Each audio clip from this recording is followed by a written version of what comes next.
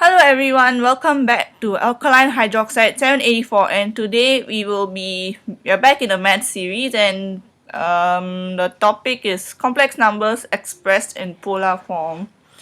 So if you remember last time I was going on and about the Argand diagram instead of talking about the Cartesian stuff, but yeah, so the Argand diagram comes into play here.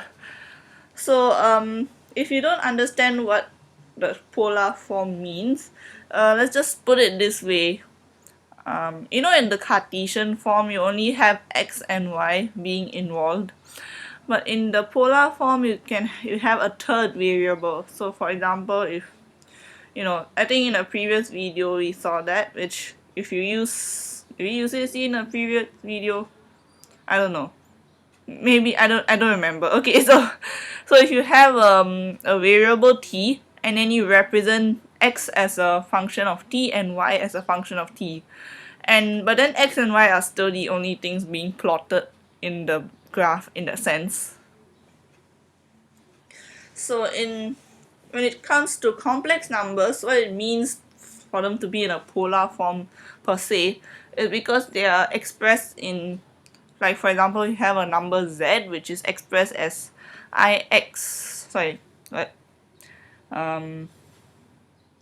something x plus something y. Wait, what?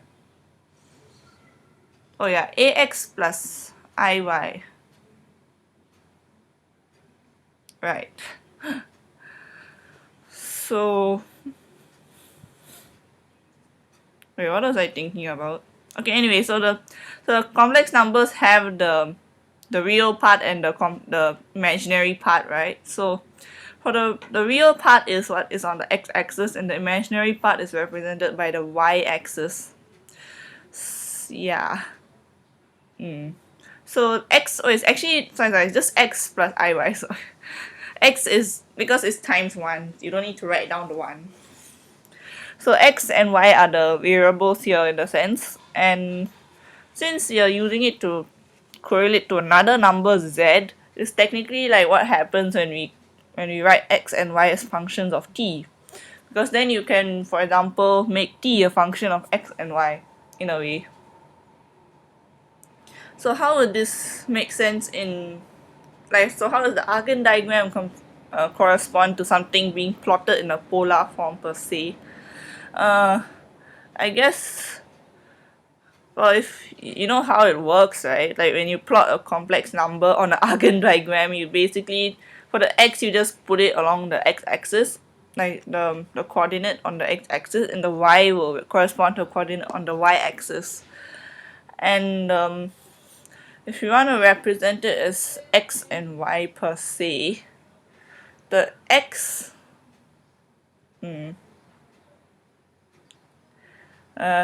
I think I have to think about that. Okay, so yeah. Oh yeah, yeah. I think I did mention this earlier. There's one normal example of a polar equation where you have x equals to sine theta and y equals to cosine theta, and then you can make x squared equal plus y squared equal to 1. So in this case, the z is just a name for this complex number. So in the first example, we have a real number. Here we have a complex number. So that's the difference. That's all there is to say. So they are both polar. They can both be expressed in a polar sense, I can say. And the other thing about the polar form is that you can draw circles on the diagram without really thinking too much about it. Because if you think about it, if you were to plot a complex number, then you can draw an arc from the x-axis to that number, for example. And this is what you'll be seeing when we look into the form where we see the angle coming in. And of course, as we all know, they involve cosine and sine. That's why they're actually polar. Just put it that way. Yeah, so actually it's not important to know why this is polar, just know how it works. That's the important part. I mean, there is a way to But I hope you understood what I told earlier, like, if you really wanted to know why it's polar. Yeah. Anyways, so yeah, you all know how to use that Argand diagram. So the coordinate is corresponding to the x and the y in the complex number, and if you draw a line from the origin to that point, that line will have you know an angle to the x-axis, which is your theta or your argument for that matter, and the line has a so-called length. Of course, don't measure it with your ruler, but use your Pythagoras theorem to find it. Basically, just it's the modulus of the complex number, which we have covered earlier. Which is so in order to get the modulus of your complex number, you can just wait. Did I actually cover that? I guess I didn't. Okay, anyways, I don't know if I've covered it or not. I don't remember what I did last time. Okay, so the modulus of the complex number is basically you have your x plus iy, right? So you just square the x and square the y, and you find the square root of the sum of x squared and y squared basically. So you get your modulus that way. And the argument, as I mentioned earlier, the theta, is basically just the angle from the x-axis to that line. And by x-axis, I mean the positive part, not the negative part. It's always from the positive part of the x-axis. So if the line is above the x-axis, you will be going from 0 to pi, and if it's going below the x-axis, you will be use negative instead of going from to pi, you'll be going from negative pi to 0. So wait, what? Yeah, that's how it works. So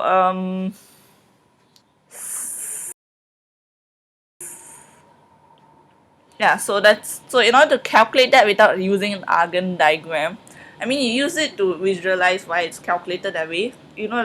Once again, we visualize it as a triangle. You have your x and your y, and your hypotenuse is the line which you calculate the modulus for. Yeah, so that's the hypotenuse of that triangle, and to get the angle, you can just take tangent. Tangent y over x. Right, that should make sense. Tangent of the opposite over the adjacent, which would be y over x. Sorry, not tangent. Tangent inverse, because you're trying to find the angle, right? So y over x is the fraction. If you do a tangent inverse on it, you'll get your argument. Okay, that was pretty simple, I hope.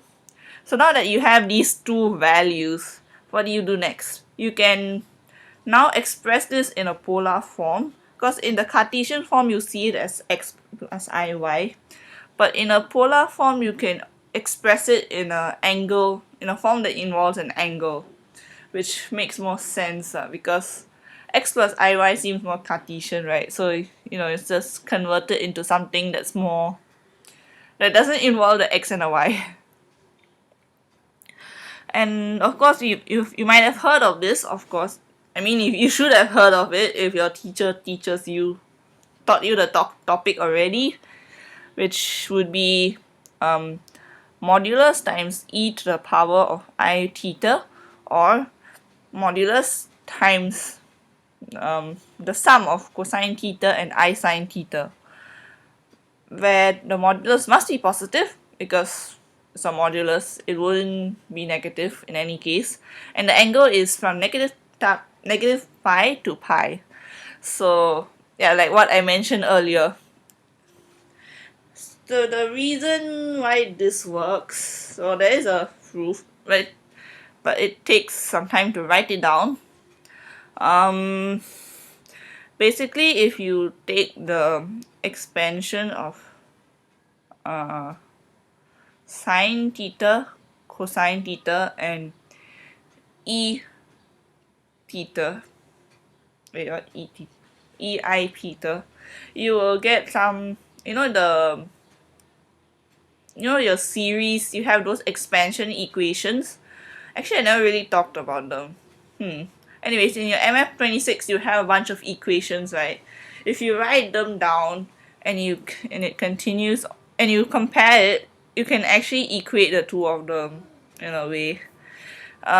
If I have time, I would have shown it to you by now. If I don't have enough time to write, I'll probably just do a cutscene and show you the final result. So that's how it works. And this actually leads to the most interesting identity that everyone cares about, which is Euler's identity. I think you should search it up. It's also my profile picture. Yeah, I use a math equation as my profile picture. Brilliant. If you're my friend, you would know that by now. Anyways, um, yeah, that's just how it works. And of course, Euler's identity comes for the special case when, yeah, when your angle is pi. Yeah, pi. Angle is pi. Sorry, my mind is not working right now. So e to the power of I pi minus 1 is equal to 0. So how does it translate into your r cosine theta and I sine theta? Basically, your cosine pi is uh, wait, -1. Sine pi is 0. So we have only -1 in that sense. And e to the power of I pi is equals to -1. And if you plus the 1 on both sides, you get e to the power of I pi plus 1 is equal to 0. And you have all of the interesting constants in mathematics: e, I, pi, 1, and 0. That's why Euler's identity is so well celebrated. Or is it? I don't know. It's so well known, I mean. Because it's just so beautiful. It's like, wow. So it's just like it's so concise. Yeah. Anyway, that's not important. You don't need to remember Euler's identity to do well in this. You just need to remember that this is how you convert from e to the power of I theta to cosine theta plus I sine theta. Yeah. And of course the modulus stays there no matter what, because it's not really, it doesn't change because of the angle. It's always the same. Yeah. So yeah, and from the cosine theta to I sine theta form, you can tell how you get your modulus already, because if you square both of them, if you square cosine square theta, and you square the sine theta, like you don't usually include the I. If you square only cosine theta and sine theta, you get 1. You get what I mean, because sine square plus cosine square equals 1. And that's why you end up with r.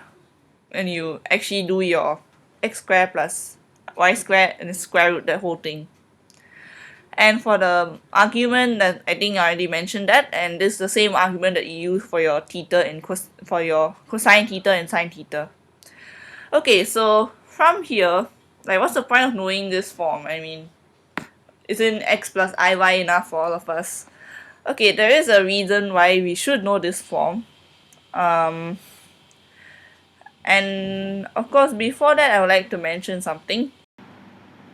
Let me just finish writing this right now.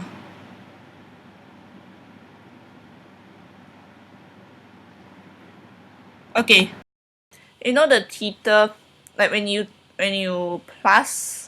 multiply something by I, it kind of rotates along the diagram.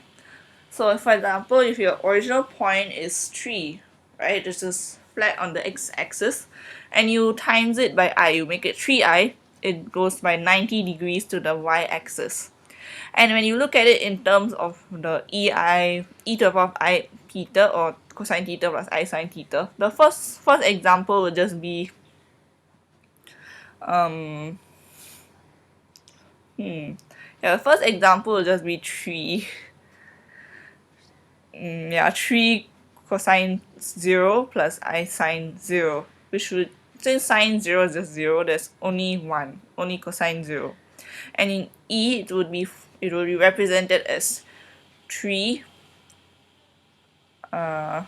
3 e to the power of 0, which is equals to 1. So you can see it actually makes sense. They're equal to each other in a sense. But anyway, that's how it's represented. So once you make it 3i, it is like when for the e you just times it by e to the power of I squared. Wait, what? Yeah, e to the power of I pi. And you will now have 3 e to the power of I pi. And here you have r cosine pi plus I sine pi, which would be only the imaginary part will remain after that, and you get 3i. I hope you understood what I just told. I don't know why I bothered to explain that. Okay, so for any complex number, this will work, even if it's not 3 or just imaginary part. With something like 2 plus 5i, you times the whole thing by I, it will rotate by 90 degrees anti-clockwise, and you'll probably, yeah, you'll get 2i minus 5. And if you just keep timesing it by I, you'll just keep rotating it around and around. Kind of like what happens when you try to find the powers of I. You know, I squared equals to -1, I cubed equals to -I, and I to the power 4 is equals to 1. And it keeps cycling around. So that's just why they like to express it in the polar form to begin with. Okay, so now let's go to the actual thing that is what you do with this cosine theta, I sine theta form, and that is to solve questions, obviously. And what they will do is sometimes you need to multiply two complex numbers together. And of course, you could just multiply them in the Cartesian form, be like, oh, 2 plus 5i bracket times 3 plus 10i bracket. Yeah, I am not very creative with these numbers. Yeah, okay, anyways. You could do that, yes, but you can also do it this way. If you have the polar form, you can just multiply it in the polar form. And by polar form, of course, the cosine plus sine one isn't that useful, but the r times e to the power of something, that is useful, because when you multiply it, it's much easier than just multiplying two terms and two terms. This is only one term and one term, and you just need to add the powers up and you're good to go. You know what I mean? So I'm not going to use the example from earlier because I think that will give some weird modulus. But let's say you have 3 times e to the power of I pi over 2, and you have 4 times e to the power of I pi over 6. Yeah, you can just times the two of them together, and you get 12 e to the power of I 2 over 3 pi. Yeah. So you just add up the two powers and you immediately get your answer. They can convert it to cosine theta plus I sine theta, which will eventually give you your x and iy. So that's just how it works. It makes sense to you, hopefully. Yeah. And how the cosine and sine form is connected to x and iy, and how you can represent x and iy as a polar equation is that, well, r times cosine theta is your x, obviously, because your x is the adjacent to your angle, and r times sine theta is your y, that's the opposite to your angle. And oh yeah, that's what I wanted to say actually. So if you were trying to use, like in a normal equation, you use t as your parameter, right? Here you're using theta. So your equation would be something like x is equals to r cosine theta and y is equals to arc sine theta. That's the equation actually. That's pretty much it. So if you don't have a Argand diagram, in a normal x and y axis, when you represent it, it will actually show you a circle or some other round thing. Maybe an ellipse, I don't know. Ellipse or circle. Because you're not showing the imaginary part of the entire thing. But here you're showing the imaginary part, which would make sense. Yeah, you're putting I into the formula, so you can now view the imaginary part and it doesn't show a full circle. I hope you understood that. Yeah, so I think that's about it. There's nothing else much for me to say. And next time we'll be going to, I think, my favorite topic. I don't know. Is it my favorite topic? I have no idea. Calculus. And of course, calculus has like five different parts to it. So, yay. Maybe for me, I don't know.